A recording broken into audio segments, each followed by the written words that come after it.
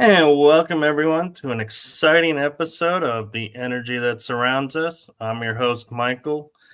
And tonight I am joined with an amazing guest who I am so excited to have on the show. We've both been eagerly awaiting the arrival of the episode and can thankfully say it has arrived.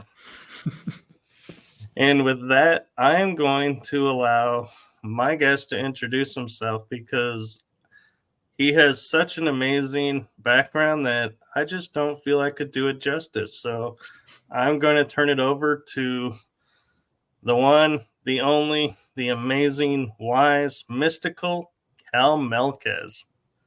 Thank you so much, Michael. It's a pleasure. Been waiting for the show for months now, but hey, we're here. It has begun, and I'm excited to see what we get into. Just to give a good primer for people who don't know who I am a astral projection teacher, a spiritual life coach.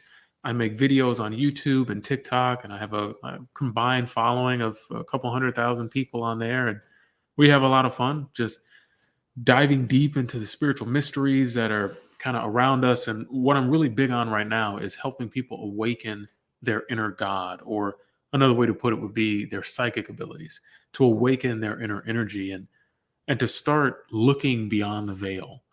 I've been teaching people how to do that sort of stuff for over a decade now. Time flies, especially when you're having fun.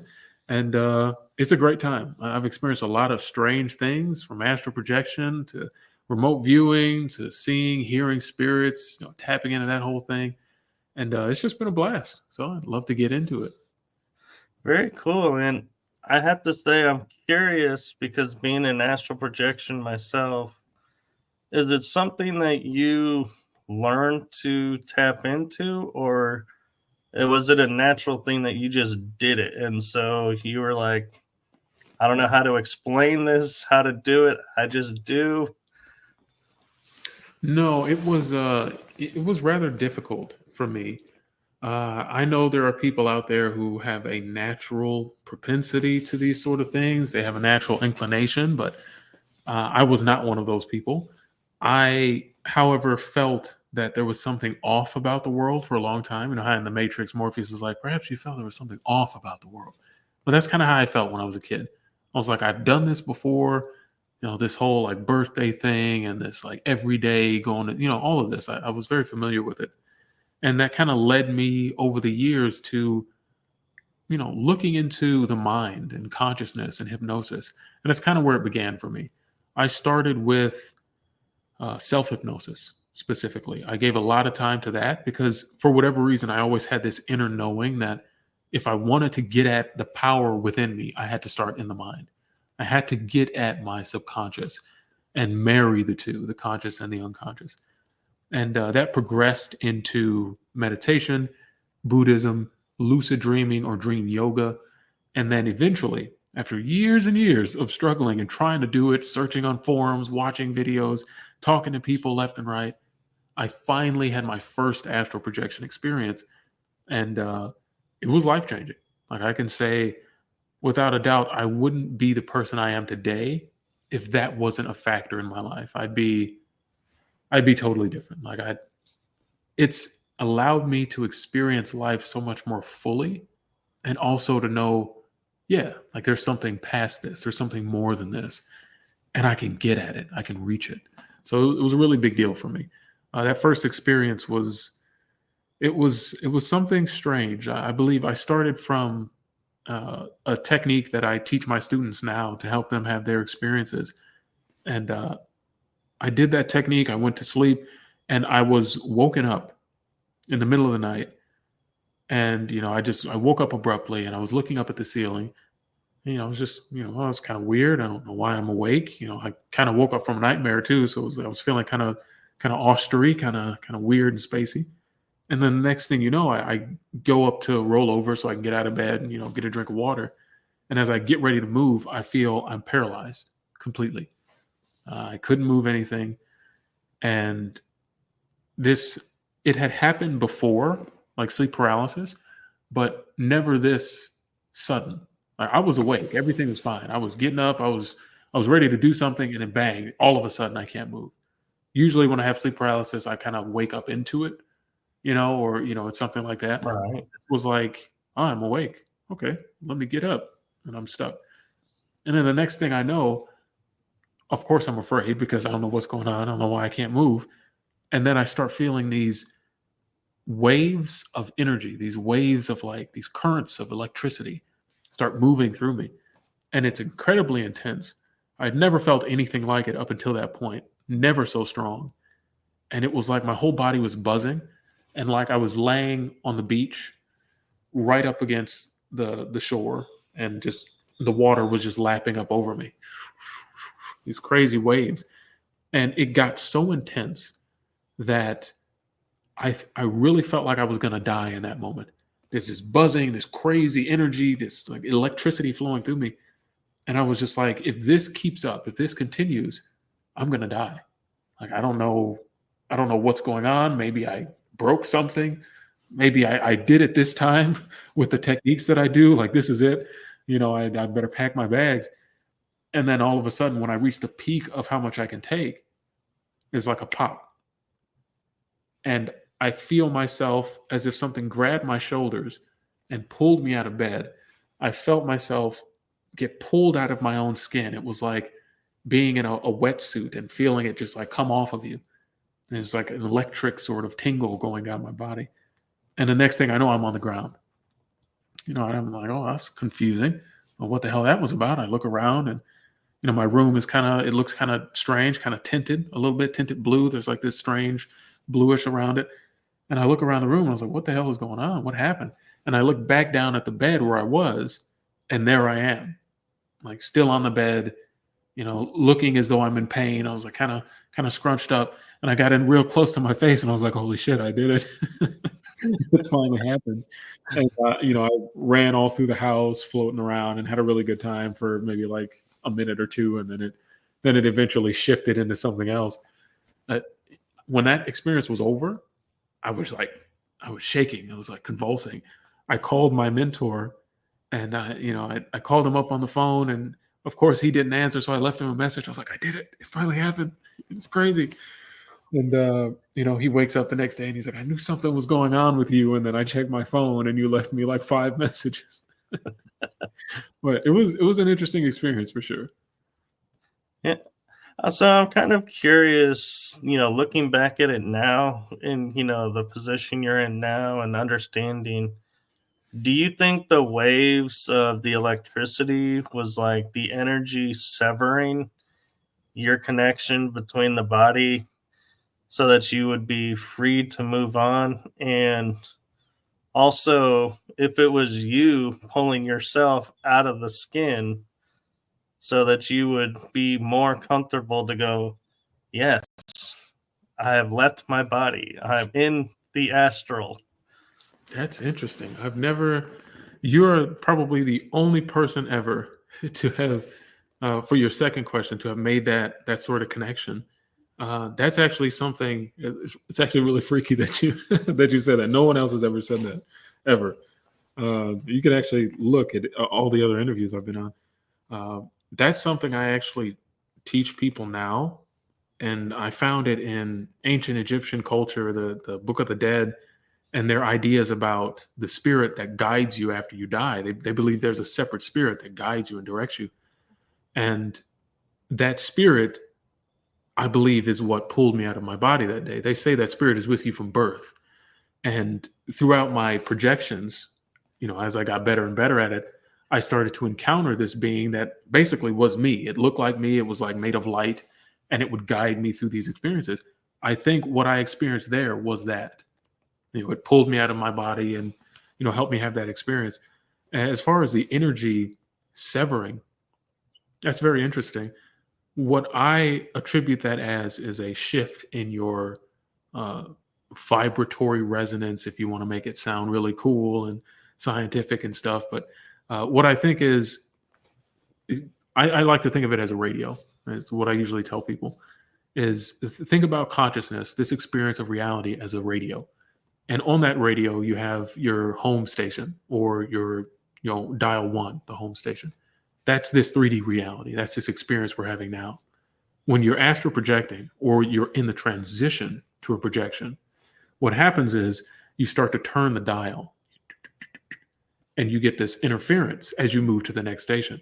And I think that energy that you're picking up on is that interference as you're moving over and your consciousness is allowed to then go out and have these experiences. And there's something very interesting about that energy. It's pervasive throughout just about every culture I've looked at, every spiritual tradition.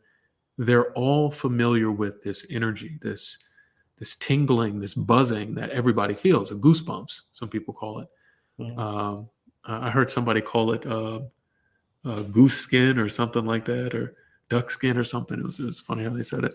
But everybody knows about this. Every culture has this, and they have some way of using it, some way of cultivating it, bringing it up, and growing with it. In Christianity, you would call that the Holy Spirit. And, in Buddhism and Hinduism, you'd call that the Kundalini Shakti, and so on and so on. And I found that, especially scientifically, this sort of thing is indicative of a higher order brain function. There's something happening in the subconscious that we don't have access to, which I find really interesting, because when you start to develop your psychic abilities and activate your energy and all these other things, you notice that you can bring up these chills and this waves of energy at will. And scientifically, you're not supposed to be able to do that because it's in the same league as the parasympathetic nervous system, heartbeat, digestion, pupil dilation, all of these things that you can't really control so much. You shouldn't be able to control this either. And so I find that very interesting. And one thing I was also thinking about, and I'm curious your opinion, is when, in astral traveling, you're severing your body from your spirit sense is a way of looking at it. And so you're two different places at the same time. Well, if your mind has the objective of, this is not something I can do as long as I'm alive, I'm wondering if, like you were saying, how you felt so close to death, if you had that mentality, and so your mind said, okay, we're going to symbolically show you going to that finality point so that you will accept now you're being separated. Because your body, your mind goes, oh man, we experienced death. Mm-hmm. Now, oh, look, I'm not dead. I'm looking at my body. I'm in the astral. And so it's like your subconscious allowing your conscious mind to understand what was happening and processing it. I forget what the term for that is, where the mind takes over and creates an imagery so that you can process and accept it in a much easier way than just going from A to B and being like, oh my God. Maybe like a defense mechanism or a patterning of some kind. Yeah, that's an interesting take. Definitely. I do feel like there is part of that in there where I guess I should say the first time you astral project, it is very different. It is very peculiar, and it can be very frightening, because if it happens to you spontaneously and you don't know what's going on, you didn't try to make it happen, and next thing you know, you're floating around the room, it can be rather frightening, definitely. And so I can see how, yeah, that would be a good way to look at it. The subconscious mind kind of aids you in this visualization, this creation of this pattern, so that you can move through that.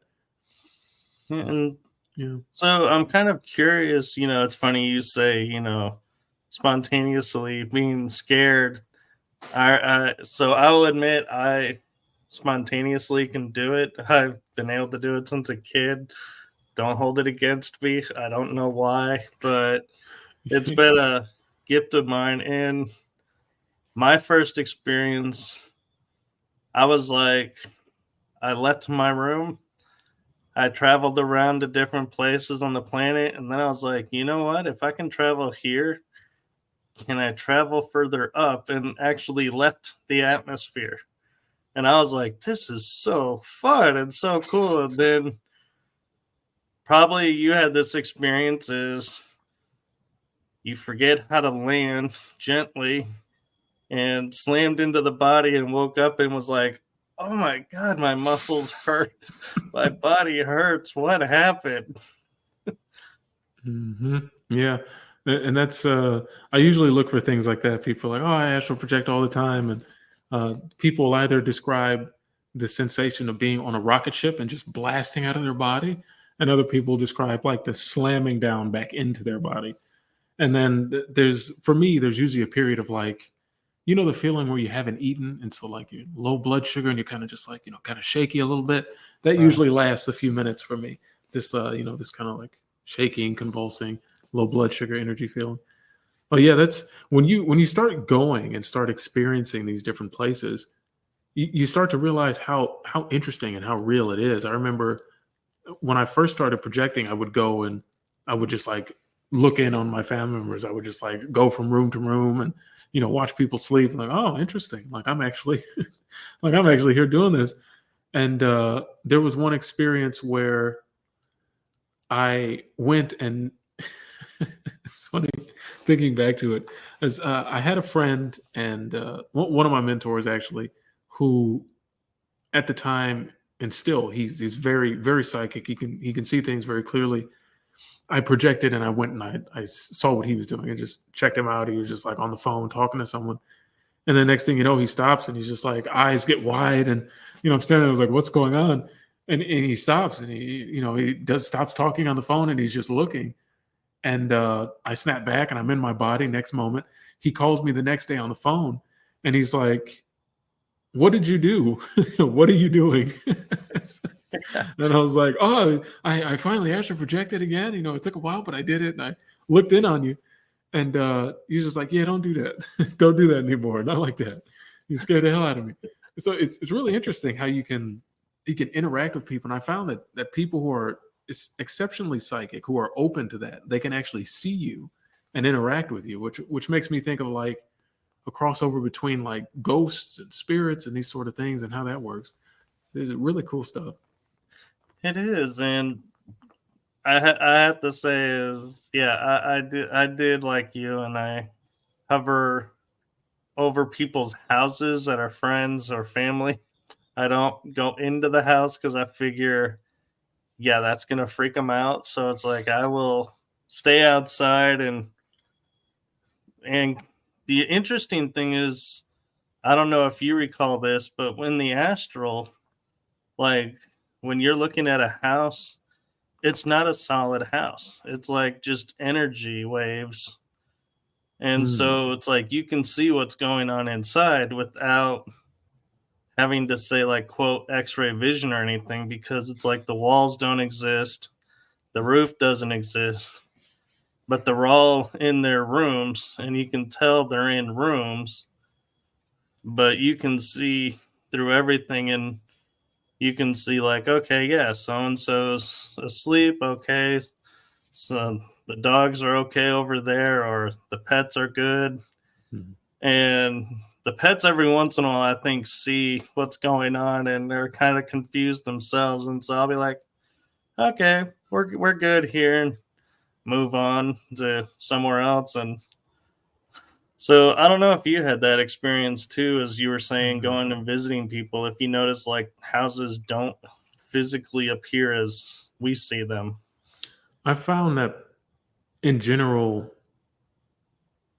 the world doesn't come through as it normally does all the time. And the first time I experienced that was like going back to that mentor, that friend that was on the phone. I thought about him and I was there. Well, I didn't have to like traverse like a place. I just thought about like seeing where he was at, and I was there seeing it.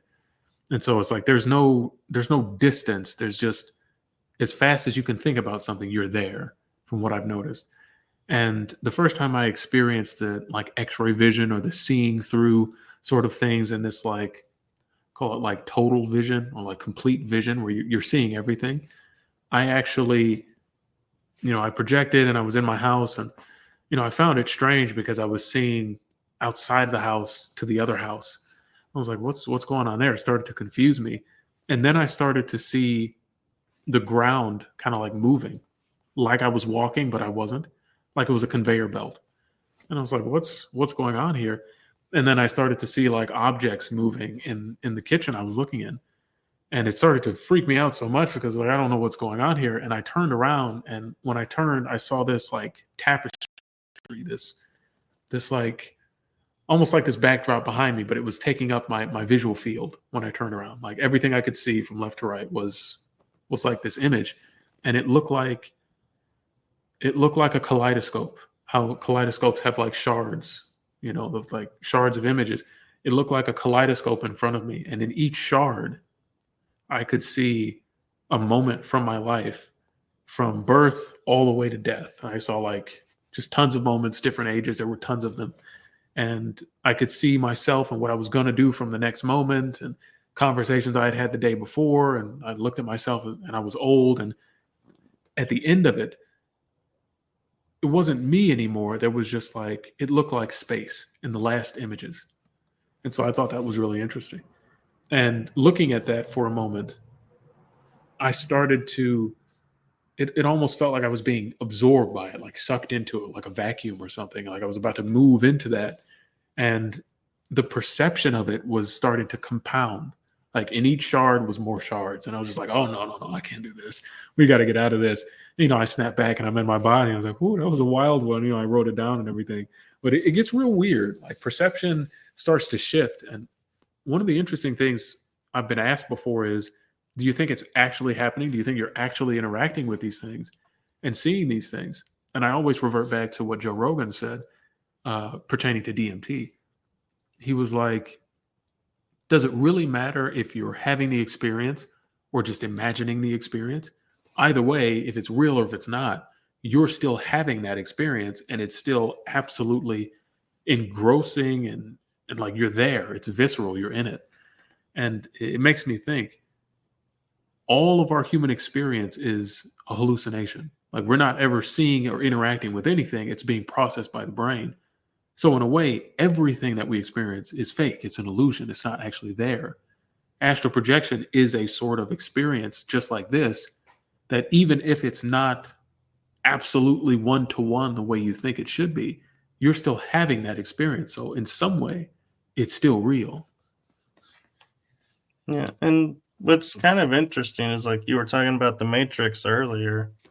As I was listening to you explain how you view it and how I view it, and I started to think about when Morpheus was sitting on the chair and you got the thunder and lightning, and the lightning around, and the place looks so strange. And he's like, where am I? He goes, this is the real world.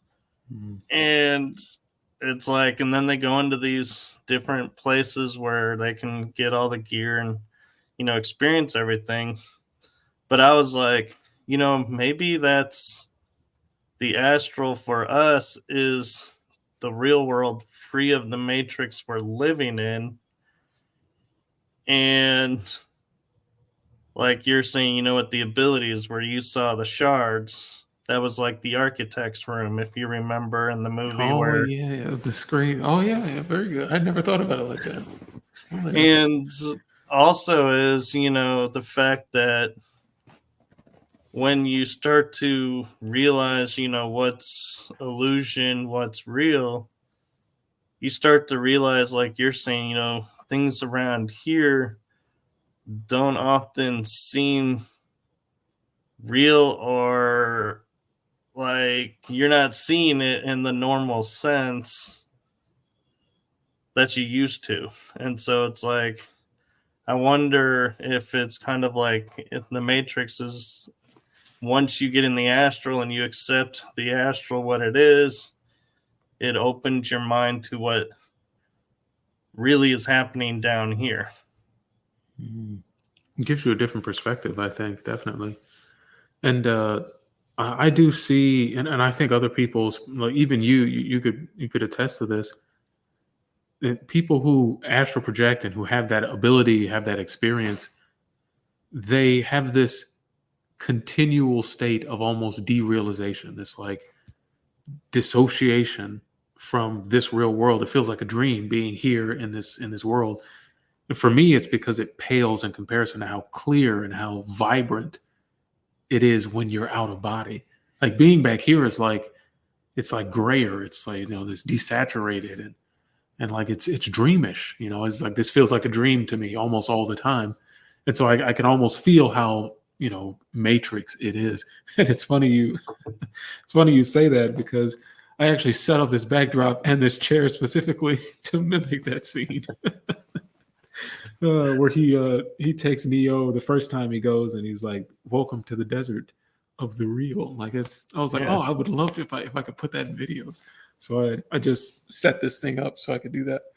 So it's No, just I funny you picked totally up on get that. it. And yeah, and what I think is interesting, and I don't know how far you have taken the astral, but the other thing that's interesting is when in the astral, it's like to me, what I find is the most freeing of it is there is no time. So, like, if I was to think of, say, my grandmother who passed away several years ago, I will instantly go and be able to talk with my grandmother as if no time has passed. She's right there, either in the last form that I saw her as or where she's at now, and able to communicate. And so it's almost like there's a version of time traveling without time traveling because the mind doesn't understand. Oh, it's been 20 years since, we've seen this person. They're no longer here. The mind goes, hey, this is who we're thinking of. Boom. There they are. Instantly. Yeah. Yeah, I've had a few experiences with loved ones that have passed in the astral, and especially with the matter of time. We talked earlier about being pulled out of the body by like myself. I call it the astral echo because I thought it sounded cool. I and like it. yeah, yeah. And to me, it appears as like this being that's like shining or whatnot, and it's like it's glowing. It's like it gives off its own light. It's hard to describe. I'm sure you've seen things like it. Um, and on these trips that it's taken me on, and I say it takes me on trips because it's almost like it's a learning experience. Like it'll be there when I leave my body. Sometimes I wake up in the morning and I see it sitting at the end of the bed, and I'm already out of my body. I just have to get up and we start going somewhere. But it's like it's teaching me. So it takes me to different events throughout history. Like seeing like Jesus, for instance, which I thought was interesting. For a long time, I didn't care anything about Jesus. I was like, oh, whatever. And but like going and just seeing certain events, I thought was really interesting, and being able to go back to Egypt and walk around those pyramids at the time of the pharaohs, I thought was like that was a cool thing as well. And it always made me think I must be able to move through time because it doesn't exist here. Time is something time is almost like a law. It's a rule here for this universe. And of course, it's something that we created to keep track of the sequence of events. But outside of this 3D reality, just like you can instantly travel to a location just by thinking about it, like you said, you can instantly travel through time the same way just because time isn't actually there. Everything is happening all at once. And this is something that I absolutely love talking about because it helps people kind of like turn that part of themselves on and start to have like it's like, oh wait, like something's actually going on here. Like this is interesting. This idea that everything is happening right now. When you're in the astral, there is no time you can travel to the past and to the future because everything exists in this moment right now. There's no difference between the past or the future. It's just happening right now. Everything is happening here. And that kind of led me to the idea of the Akashic records. It's this idea that there is all of human experience and information accessible in one place, and that is here and now. Like going to the Akashic records is like shifting your energy to being able to experience everything. It's almost like widening your gaze away from being one person and being able to take in all the information. it gets really weird. But when you're in the astral, you're only limited by the limitations that you had as a person. Like what you believe you can do here in the 3D reality is your limitation in the astral. If you think you need to fly somewhere, you'll have to. But if you think you can see through everyone's eyes all at once and experience all of life simultaneously, you will. And it's a freaky experience. Like there are no limitations at all. It's totally insane. All right. And one of the fun things I have, and I say fun is because it drives me nuts, is being on the astral. I'm used to traversing, like we're saying, the second you think about someone, you're already there before you even finish the thought. And I'm like, get like in a position and I'll stop. And I'm like, and I'll look down and I'm like, I'm still here. Oh, that's right. I'm not in the astral. I got to actually go get in the car. And it's like, and there are moments where I forget I can't do what I do in the astral here yet. Not yet. There's got to be some overlap. This is where people start sounding crazy, but I'm on board for it. There's got to be an overlap. There's definitely a way that you can take the energy and the information there and distill it into something palatable here. Like I've had too many experiences of like tapping into people telepathically and knowing what they're thinking and knowing what's going on with them. Like, oh, someone's in trouble. It's like, man, I just feel strange. Like something's going on. Let me call this person. And of course, they're in the hospital or something happened to them. And so there's always this interesting interplay where you see just how much of a matrix this is because you can kind of mess with it, kind of break the rules of it. And I have another challenging idea for you. I'm curious your thought of is, like you're saying, going back to the time of Jesus or walking in Egypt and noticing nobody was freaked out by your presence there. I'm wondering is, when that happens, are we appearing as a past life version of ourselves? And so everyone just is like, oh, hey, you're here. Not a big deal. Instead of our future selves appearing and everyone's like, oh my God, who are you? Where did you come from? What are you wearing? Why do you look that way? Yeah, that's interesting. That's an interesting way to put it. Anytime I've seen the future, I guess it's really weird because I'm not me in that future. Sometimes I'm seeing like an alternate reality version of me where I'll be like, I'll be a white guy or an Indian guy or something like that. I'll have a family, wife and kids and all this. And it was one time I projected and it was like I woke up in my normal, this experience here. And I was like, oh, well, I want to do it. Let's astral project. And so I did. And the experience kind of like came over my eyes. Like I always describe it as like taking a piece of paper and burning the edge and seeing it like kind of eats it up like that. That's kind of what my vision did. And the next thing you know, I'm in a different bed in a different room and my wife is laying next to me. And I look over and, I see her and she's not my wife that I recognize here. And I see my hands and I'm like Caucasian. It's like, oh, this is interesting. Like, that's not normal. I get up and I walk through the house. Not my house at all. Like everything's different. I have kids and, I'm completely freaked out. And, my wife comes up and is like, are you all right? You seem strange. I was like, no, this isn't right. And the experience ends shortly after that. Like I look at the kids, hug them. It's like, this is strange, and it kind of goes off. And I was much older. That's how I know I was kind of in the future there. I feel like we're entering, like you said, these past lives.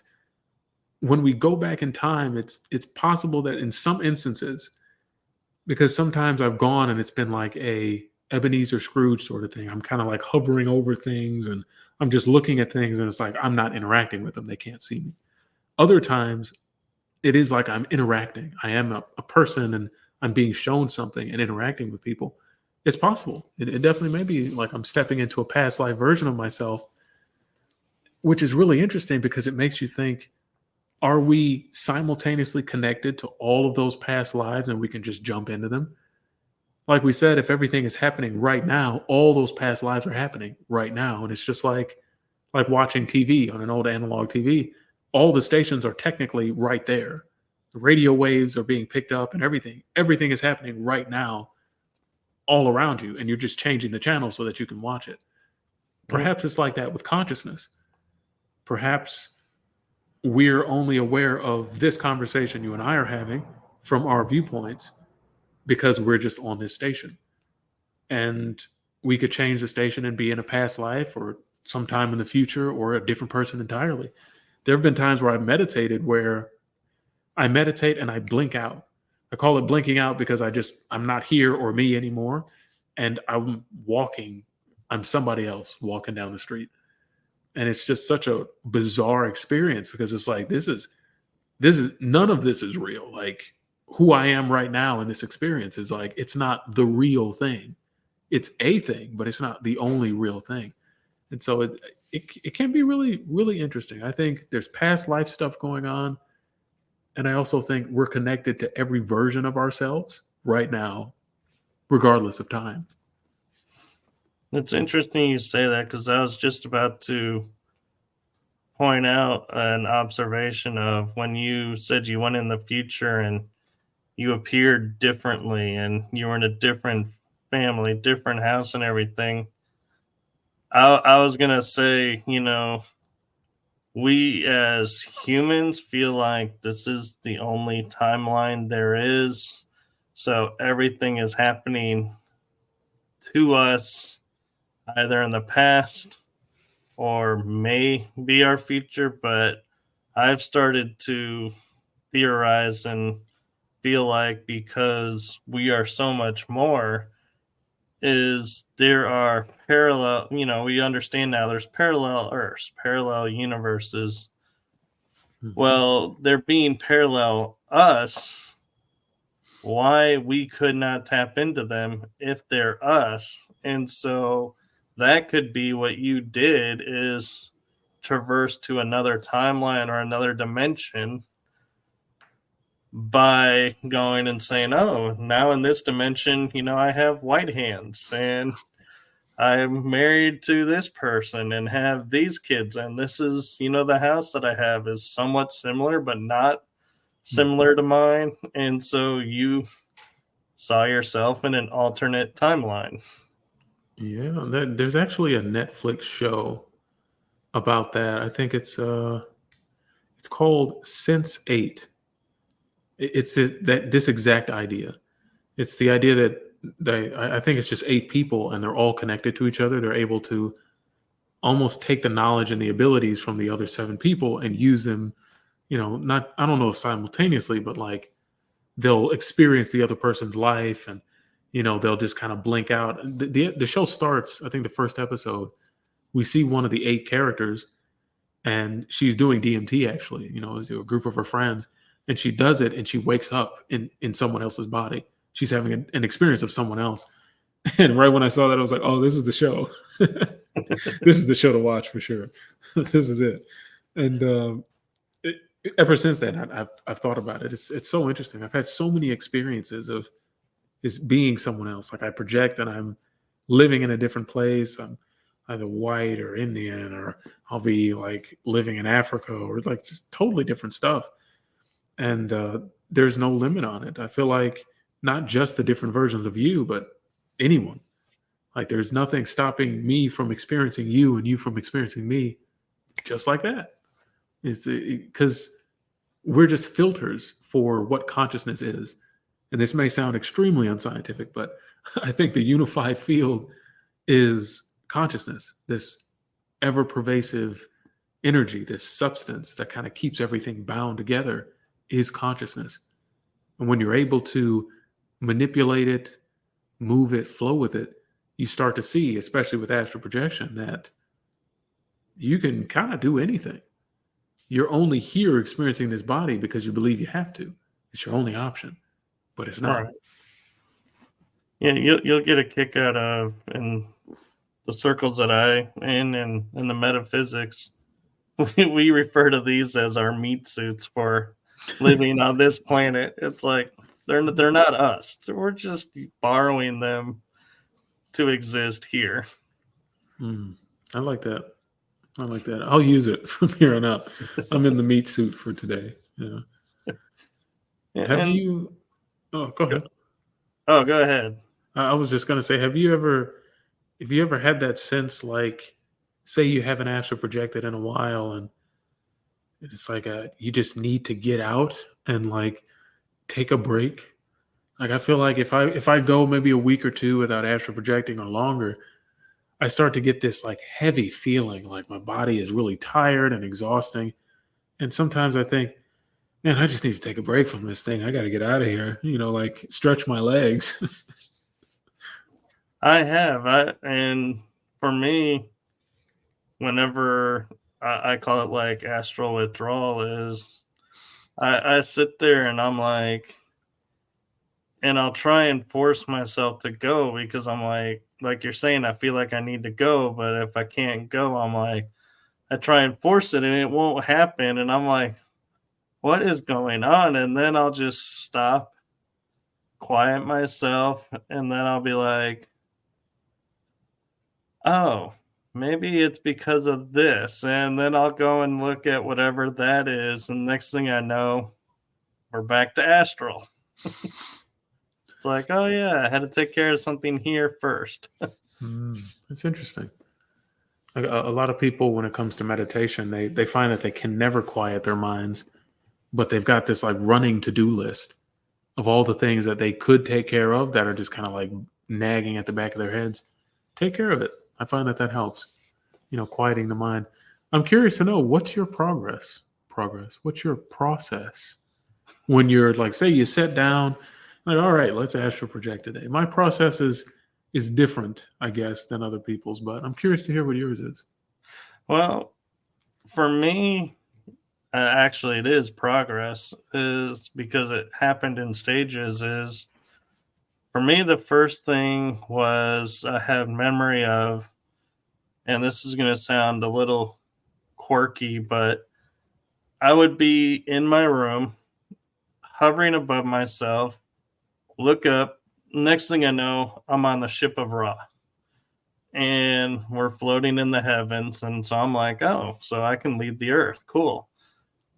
Okay. And they're like, okay, now you got to go over here. And then I would go over to a place near the moon or Mars, kind of in between there. And there would be like these little pads, and you would stand on the pad, think about where you wanted to go, and then it would be like a shot. You would be shot there, and it would instantly kind of teleport or just speed you up enough to get there. And I noticed as I became more comfortable being out of body and understanding the science of the astral, how it works, I would skip the ship of Ra, go straight to the jump point, is what I dubbed it as. And then I would just be like, okay, I don't even need the jump point now. I just will think about this world and be like, okay, here we go. And one day, I don't know if you've gotten to this level yet, but I was sitting there and I was like, I'm traveling so far out and my consciousness is like struggling a little bit with it and I'm feeling worn, that kind of like tired feeling. And you're like, I'm energy. I can't be tired. Something's going on. Well, I figured out what it is the mind can't process and keep up. So your body is getting exhausted, even though it's resting, because it's still operating under the guise of you're moving around. It's moving around. It's feeling everything you're going through. And so I was like, I need to recharge and regenerate myself before I return. So I created a place where I go and energy is infused in. And like if my arm is hurting, it'll be like it's almost like that scene Tron Evolution where he takes the broken DNA out of her arm sequence and put a new one in, and her arm regenerates. That's kind of what it is for me. And then I'll return to the body, and the body's like, "Oh, hey, we're not tired anymore. We're all good. All right. Oh, everything's fine now. Now that you're Wake back. up, we're good to go." Yeah. I don't wake up like, man, I feel like I traversed like 7 galaxies. Man. Well rested. I've had similar experiences. I used to hang out or interact with a group of people. I think it was 4 or 5 of us. I don't remember. But we were in a Discord call, and we had found each other through YouTube. And some of them were energy healers, and another one was like a psychic that like gave people readings, but they were all good at astral projecting. And so we got the group together, and they invited me to the group, and they had this place that they would go in the astral, and it was like a planet, but it was like an island specifically on this planet that they went to every time. And we would meet there at this place, and we would like practice our intuition abilities and things like this, and like guessing things about each other to see if we knew them, all in the astral, which is really interesting. And the first time I went there, I wanted to test myself, and they wanted to test me to see if I was, what I was actually doing. And one of the people in the group drew up a map of the place that they were in, and he kind of like just a basic map drawing, and he's a good artist, so it looked great. And I was like, oh, that's cool. After the fact, I hadn't seen that map going to this place astrally, and when I got there, I basically just charted out what the place looked like.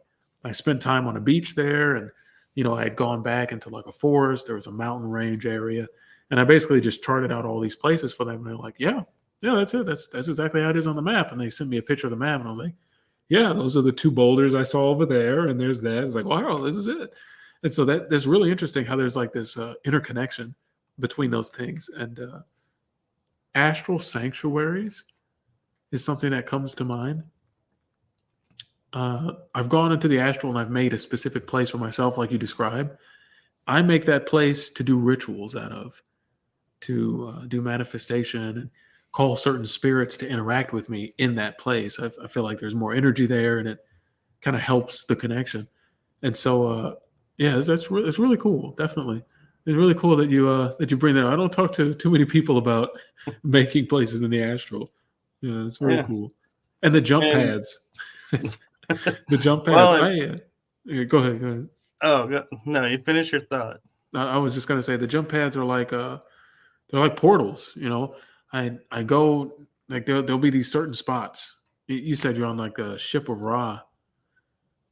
There's some on the earth that I go to. These specific spots. One is in like a desert. Others are in caves. I go to these spots, and for me, they're like it's a certain area where it's almost like you have to charge it with energy. Then a portal appears, and you shoot through the portal, which is really interesting. I don't know why it has to be that way. You don't ever have to use them, but in the beginning, I did. It was really interesting. Yeah.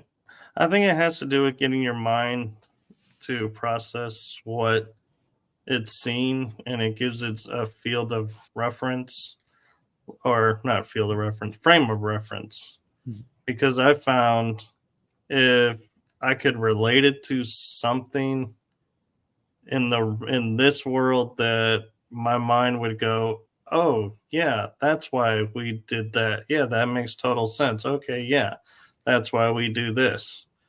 Whereas if I couldn't relate it to something, my mind keeps going, why are we doing this? I don't think this is right. Are we doing this right? Are we doing it wrong? What? And it just starts into the questioning mode.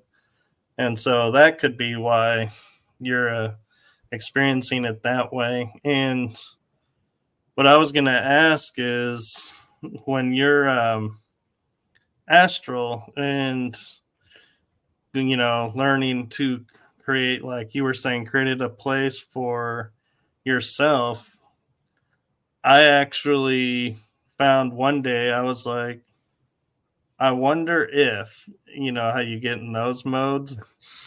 And I created this world out there, and it has a little floating island, which was interesting that you guys said you went to an island on this What's world. going And on? so I created this and I left the people there, and there's people there, I left it populated. And I introduced myself to them and I said, I'm here to, watch over this world for you, but I want to be clear. I'm not your God. I'm not a God. Don't pray to me. Don't worship me. I'm no different than you all are. But if you need help, just call and I'll come and help. And there have been times where something happened nearby, I guess, or something, and the island would start to go lower. And so I would come back out, they'd call me, I'd come, and I'd be like, well, this is interesting. So I'd tweak it a little and be like, okay, let's put the island back up where it's supposed to be. The water's flowing nicely. Okay, that's good. Everything's good. Okay. And then I'd stop in and be like, okay, guys, everything's good. You don't have to worry anymore. Go about your daily lives and have fun. But I also, though, do put something over the world so that only I can find it. Because it's like, I don't want somebody else coming in and being like, oh, yeah, I'm your God and worship, and get into this Oh, ego yes. trip and be like, and then I have to undo all of that because it's like, I want it to be free of like the earthly condition, the ego condition. And so it's like I'll shield it from that. And I'm curious if you or any of your students ever tried to create something like that, be like, hey, can we create a world? Can we create, a universe, or can we create a star? It's actually one of the more advanced things. Usually, when I've had like a few students get really advanced, where they start to project and they can do it consciously just from meditation. And I'm like, okay, we're at that point now where we can start creating thought forms and start kind of sending them out and doing things and sending out doubles of ourselves. Like from at any given moment, there's some days where I send out copies of myself, like astral copies of myself, which is an interesting experience in and of itself. But there have been times where I'll tell a student, I want you to make a temple first. Like make a temple for yourself, something like that. And they'll come back and tell me after they've made that temple, when they go back and revisit it, there are people there. Like there it's inhabited like by living people, and they have conversations with them. And one of them was like, yeah, I went back and there were people there and they were just like worshiping at the temple, like it was a normal place. And I interacted with them and I asked them like, what are you guys doing here? Where'd you guys come from? It's like, oh, this has always been here.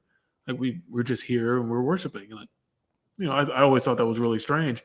And in the past, when I've created a place, I haven't had to make people or like bring about these entities, bring them with energy, bring them to life. They've just been there. They've just appeared as though they were there all along.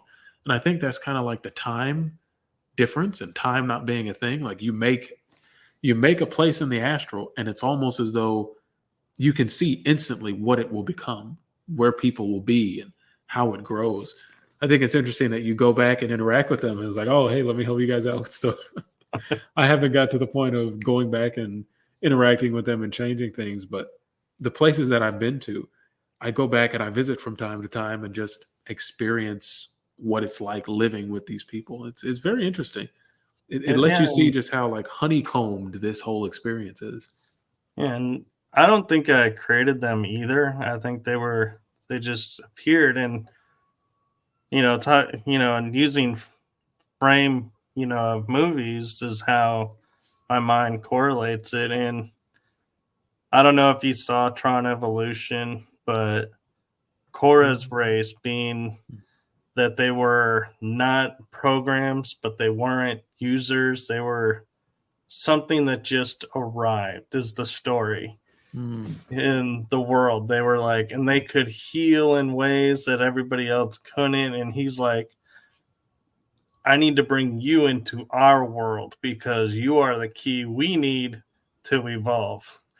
And he's like, I got to figure this out while at the same time battling my alter self of my old perceptions. And that's kind of what I started to realize why they called it Tron Evolution. It isn't because the world evolved, it's because he evolved, and the version of himself that was taking care of the world was limited by his old perception. And they mention that in the movie when he goes and says to himself, you were perfect. You are perfect. But I realized I'm not perfect. I made mistakes. You could never learn beyond what I knew. So that's where the flaw was. And it's like this big moment of realization, and they merge together, and it alters and opens the doorway. But yeah, and so I'm kind of wondering, are there beings in the astral that are always there, and when we create stuff, maybe we're not truly creating, we're just shining a light on something, and everyone's like, hey, they found us. That's a good, hey, we're here. That's a really interesting way of putting it. Is creating in the astral is a discovery. That's how it feels. At least when I want to make something, it's like the image of what I want to make comes to my mind. I don't like draw out the plans and make a blueprint for anything. It's just like, oh, I want to make something, and I'll see a temple come to mind, and I'll focus on that temple. I'll bring up the energy in me, and it'll start to materialize. But it's possible there is like a light that you're shining on it, and it's just you're seeing something that's already been there. It makes me think of like the void, this infinite void of potentiality.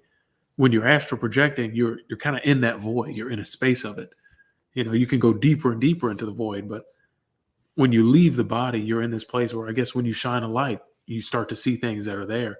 That's really interesting. So there were people already there. Like I make a place, or like a student makes a temple, and like they're experiencing the things that have always been there. We just have been. We've always been. Yeah, which, I mean, in a way, you could sit there and go, well, if it's always been there, and the fact that time as we know it doesn't exist there, did we truly create this? And that's why to them it's always been there, is because we created it in their past, even though it's our current, because the time is in such a loop that everything's happening in one singularity moment. And so, yeah, it really begs the question of, which time is the right time? The present, the past, the future, or are all of them correct? And that's what the astral is trying to show us. Yeah, I was just going to say that. Maybe they're all correct. Yeah, definitely. And I think they have to all be correct. People have theorized that the purpose of existence itself is just for the universe to experience itself, which is an interesting way of putting it. I think Alan Watts says that we're the aperture through which the universe perceives itself. And so in order for life or the universe to fully experience itself, every perspective would have to be true in that moment. Past, present, and future would have to just be the same experience. Right. We're actually a minute over the hour. I just noticed that. Oh, well, we were we were riffing. Time flies, man. It does. And if you have time for a couple more questions, or if you need to go, we can cut it. No, I got a minute. Not when we get into the good stuff. I don't want to leave now. What do you got, man? What do you got? Well, one question I have for you, and I don't know if it's tied to the astral projection or not, is you mentioned in your bio holotropic breathing. I have never heard the term holotropic breathing. And so I'm curious, what exactly is that? And is that something that came about with the astral adventure that you had, or was something else that triggered that? That's something that my mentor introduced me to a long time ago. I was like maybe 19 or 20 at the time, but uh, it was just this, and I think other people do it as well. You could call it like pranayama or what's his name, Wim Hof, I believe. Wim Hof does a type of breathing technique. Holotropic breathing, I think, is just you could say it's an umbrella term for breathing techniques like nidras or kundalini breaths, and the breath of fire, things like that. I like to see it as just manipulations of your energy body through the breath, and that's what I view that as. And I teach people how to activate their energy bodies, how to feel their energy for the first time through the use of something as simple as breath. Breath is a tool that we all have. I mean, if we're alive and in good standing, we all have plenty of breath to work with. But when you start to flow with your breath and really put your focus and your awareness into the breath, you start to notice these tinglings, these chills, these vibrations of energy moving through you naturally. And it's not that you're becoming it's not that you're activating your energy. It's more that you're becoming aware of what's already happening around you. Take psychic abilities, for instance. All that is just getting better at picking up the signals that are happening all the time. Like you're picking up higher dimensional information and you're interpreting it with your five senses so that you can make sense of it. Just like you were saying earlier, it's your mind trying to make sense of what you're seeing. So it has to make a reference frame for you so that you can figure it out. So when someone says like, oh, I'm getting an image of like a beach, or I'm getting an image of like a golden flower, they're getting higher dimensional information and their mind is processing it in such a way that they can get something meaningful from it. It can be interpreted in many different ways because, as you're probably aware, these things in the astral, they shift and they can change and they can take different forms. And so I could look at one thing and say, oh, I'm experiencing something like this. And you can say, I'm experiencing something like that. And ultimately, we're talking about like a prism that's reflecting light in different ways. And so we're just seeing different sides of the same thing. But your question about holotropic breathing, I tend to go down rabbit holes. But yeah, I think it's just breath work. It's just the many different types of breath work. I'm really big on breath work, again, because everybody can do it. And it's so powerful. There's so many benefits you can get from it. So I'm curious with, as you're saying, focusing on breath work and breathing, and, we laugh that we say it's a natural thing that we're always doing as long as we're alive. But I find there are times when I'm awake or, focusing on doing things, and all of a sudden I'll be like, and it hurts a little bit. And it's like I realized I haven't been breathing for a while. What do you think causes the subconscious or conscious mind or the body to all of a suddenly stop the breathing process and then be like, oh, wait, we're supposed to be breathing, What's going and on? start it up real quick and be like, Yeah, oh, oh, wait. I've had that happen several times before, particularly in meditation. You can see a lot of this in Zen Buddhism and these different types of meditation traditions, where you'll have an experience and you'll leave your body and you'll go through space and you'll become one with God and you'll have this like non-dual conscious experience, this non-localized conscious experience. And when you get back, you're, oh, your skin is tingling like like you haven't been breathing that whole time. Who knows how long you were gone and how long you weren't breathing, but I think it's even been shown scientifically is that when you get really deep into meditation, this is like theta brainwave state, this theta activity in the brain. You get really deep into meditation, your heart rate slows and your breathing slows. to the point where when you're starting to have these really expansive, sort of expanding consciousness experiences, you stop breathing a lot of the times. You breathe very shallow or hardly at all. I don't know why it happens, but that seems to be characteristic of really focusing intently on an experience. So say you're doing the dishes or doing some household chore or something like that, and you're like, "Oh man, I haven't been breathing." You're focused intently on this thing, and it's like you almost become it. So it's I don't know. It's really interesting.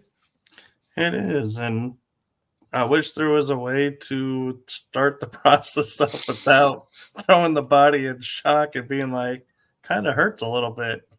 Yeah, I don't know these meat suits. I tell you. Yeah, it's like whoever created them.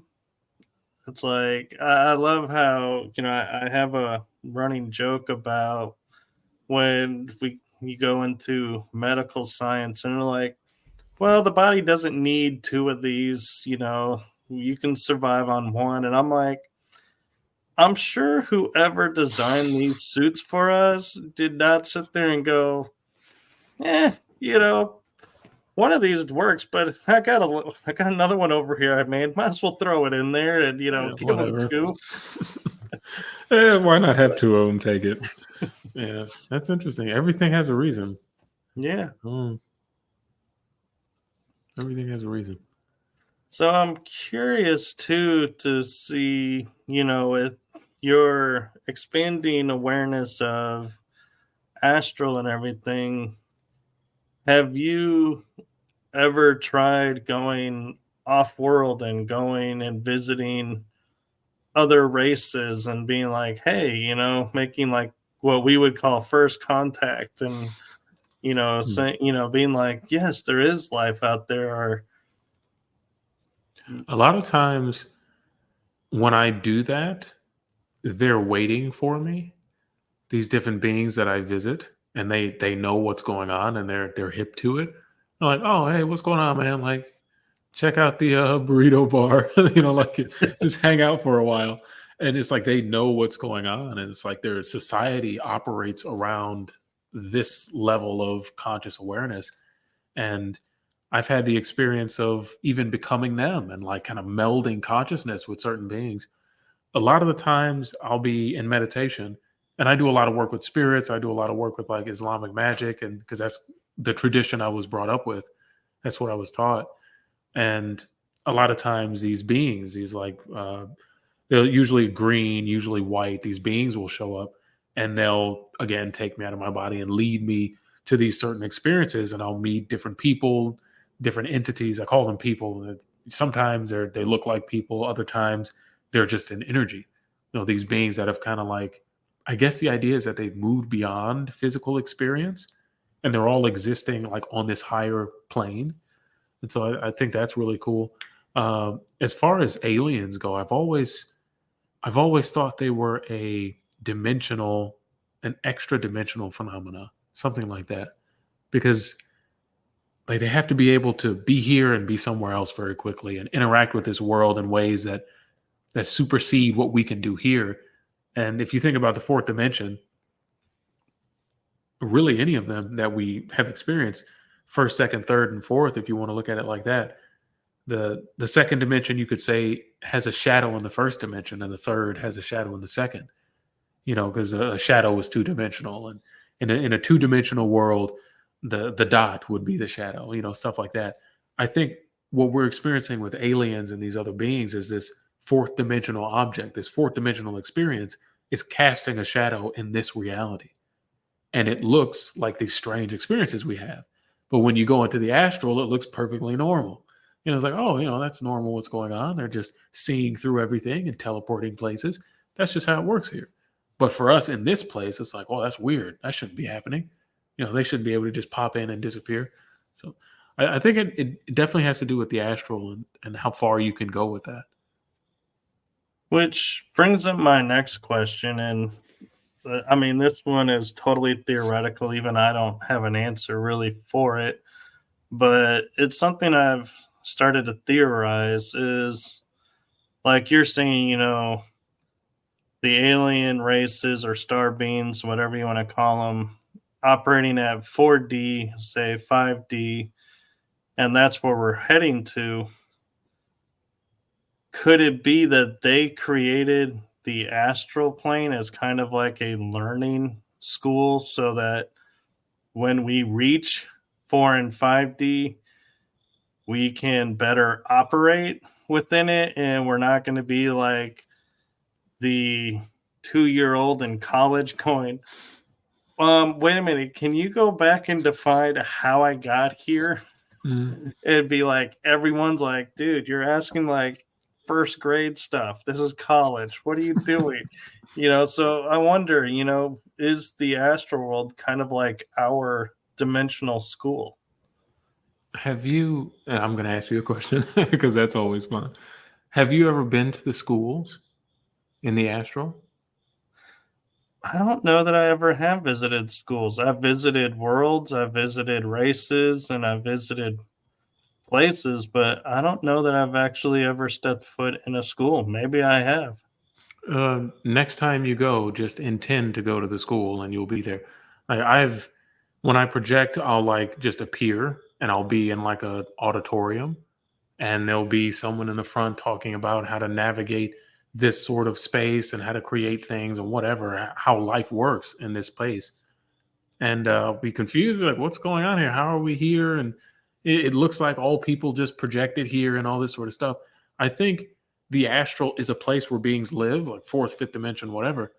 But I think our ability to astral project kind of works like the training wheels for getting us used to being in that place and transitioning over entirely.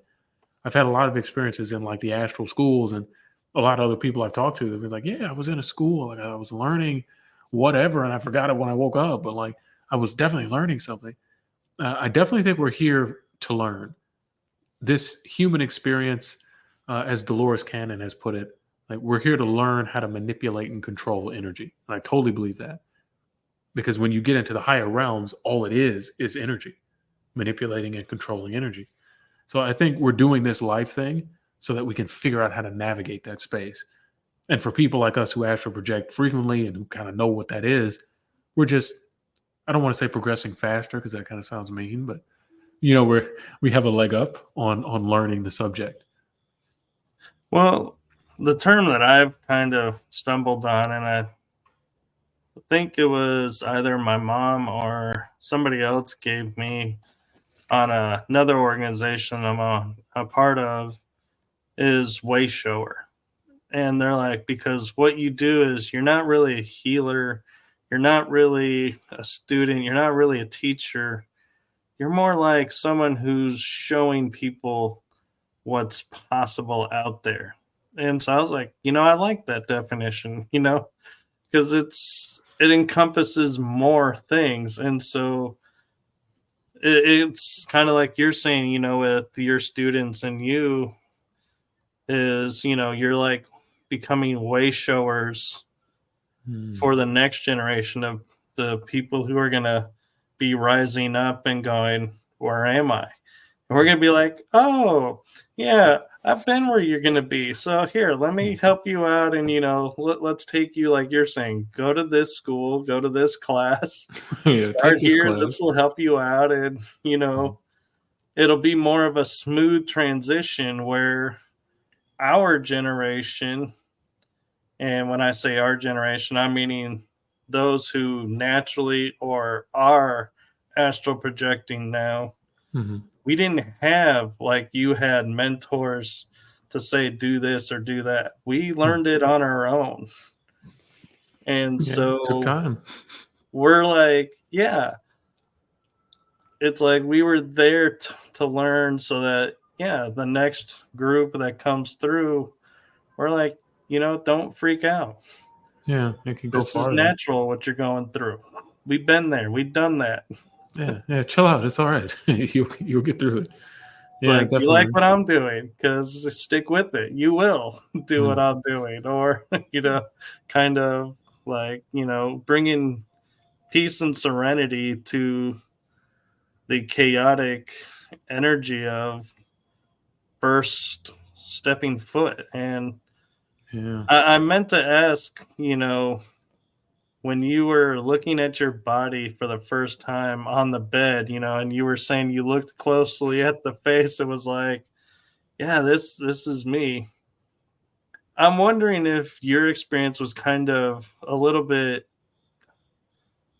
like musicians when they hear their songs playing on the radio for the first time, that euphoric feeling of, oh my God, it's Ah, that's I'm me. seeing this and there Mhm. I am, but here I am. And that euphoric state that kind of severs the mind of going, I'm either here or I'm there. Now, all of a suddenly, because of that euphoric state, it's like, I can be both. Yeah, yeah. Experience is the greatest teacher. That's Gnosticism. This idea that you can learn something with head knowledge, but until you experience it, you don't really know it. And in that moment, being there is like, oh yeah, okay, this makes sense. You can take it a step further, and I'm sure you have this as you start to get more and more familiar with and remember what you can do, because it's almost like learning how to do this stuff is like remembering. It's like because you've just forgotten what you could do. When you start to interact with your physical body when you're out of body, there's this interesting energy interplay that happens where you can heal yourself.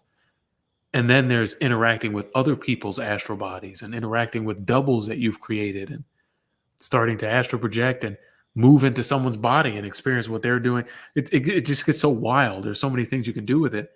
And then you start to realize that when you segment what you can do, you're just creating another limitation.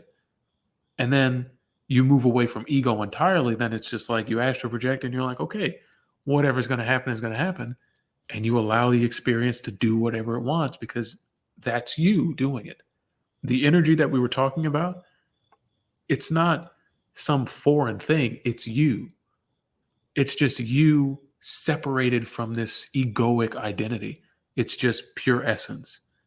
And the more you start to allow that, it starts to take you and you start to have these experiences spontaneously.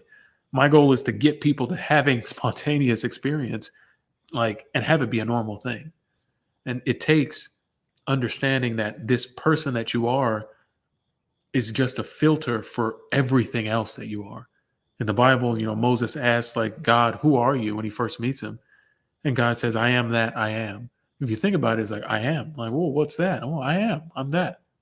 I am all things. I'm everything. And, people try to twist it and turn it into something else. It's like you take it at face value. God is everything. You can tap into God with anything. Whether you're knitting or doing dishes, you can have an enlightening experience. That's true. And I'm kind of curious, as you're talking about like creating doubles and everything on astral. If you've ever had a double take on physical form, in which case is that kind of similar to what some people are starting to call the term bilocating, where you're in two places at the same time? I have not personally manifested a double. My mentor has, and that's really weird. A lot of weird things. A lot of weird things like teleportation, bilocation. A lot of weird things can happen as you start to solidify your energy. Like the more and more you develop it, the more you can control the mind and what you can do. And I believe the process, if I remember right, you go through what you have to make the double, however you do it, however you have to. Once you have a double of yourself in the astral, a version of you there in the astral, you have to identify with it and almost become it yourself. You have to take ownership of it and be it. And when that is full and solidified enough, it's almost like you've made two separate brains. And I've gotten to the point where once you do that, you start to see through both perspectives and you start to feel through both bodies. And it's like, okay, I am both of these things. And it gets super weird. There's this really weird interference that happens in the brain where it's like, oh, I'm experiencing two different things at once. It doesn't make any sense. And I think after you get past that point, then you get to the point of solidifying the body and making it real here. But that's like really advanced manifestation work. But it's possible. Gurus in the past, yogis have done it. I think first time I heard about it, I read it in Autobiography of a Yogi, this bilocation sort of thing, like appearing in multiple places at once. So it's possible people have experienced it. Very cool. And so we're getting close to an hour and a half. And so Oh yeah, I should. um, I've got people waiting on me. well, I was going to say, we're in a good spot to like go, hey, this is a good part one. We can continue with the part two if you'd like and have you back on and, Sure, continue this. of course. I love talking about this stuff. It's a good time, and there's energy that's passed on, even for the people listening. Just being here and listening to it, like the Upanishads, it's just something you're eavesdropping on. This is a story you're hearing, but there's energy, there's power in the story, there's power in the testimony of what happened. So just hearing about it's enough to help people have a breakthrough. Yes, it's like I like to coin it as we're planting a seed, and when they're ready, they'll let it grow. Or if they're never going to be ready, the seed's there waiting, and that's okay. Both are in perfect divine right order, and what they do with it is up to them. I am free and clear of what they do with it. You're free and clear of what they It's do with up to it. you. Yeah, you get the Yeah. information, you do whatever you want with it. So that's what I love about the shows. And so thank you for coming on and thank you for being It was a patient. pleasure. And I'm so grateful we got this episode. Hey, divine timing. It happened when it was supposed to happen. No big deal. Right. And if you want to reach Cal, if you have any questions, his link tree is in the description. Do you have a preferred method that you'd like them to use in the link tree or Uh, any of those work? I think in the link tree, usually people want to work with me. I still have openings for my mentorship that I do now. And basically, I teach you everything that I've learned. Take you through activating your energy, developing your psychic abilities, learning to astral project and control it, and astral project at will, and how to work with spirits and really just be a weirdo at the end of the day. Uh, for that link is in the link tree. I think it's just called mentorship. It's just simple. You can go to that. I've got a link for the website astralmindfoundation.com, and it talks about my experiences. I've got articles and blogs on there, and YouTube. You can find me on YouTube. I've got like 180 something videos on YouTube.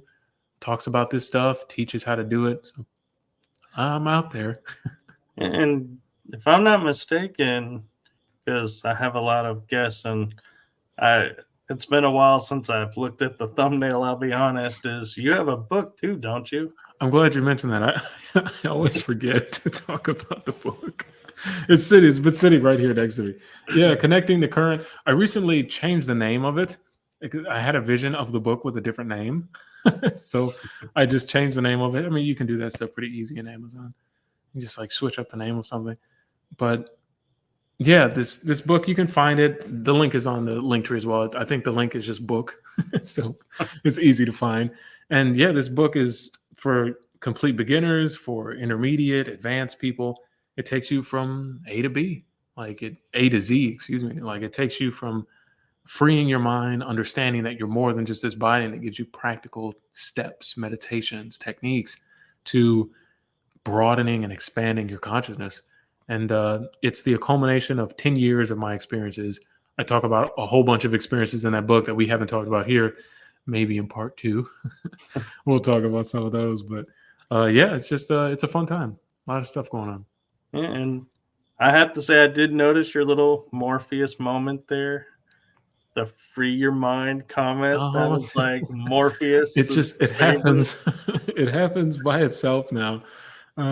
It's really funny that you pick up on that because I had this idea to take my YouTube videos in the direction of like you're having a conversation with Morpheus, and so that's why I have this like backdrop and I have this chair in my garage.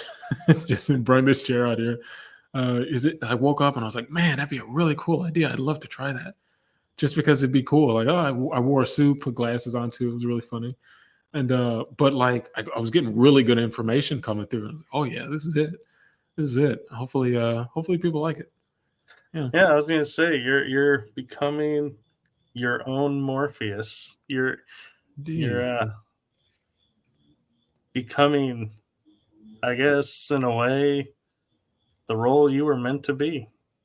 Hmm. Interesting. Becoming who you were always meant to be.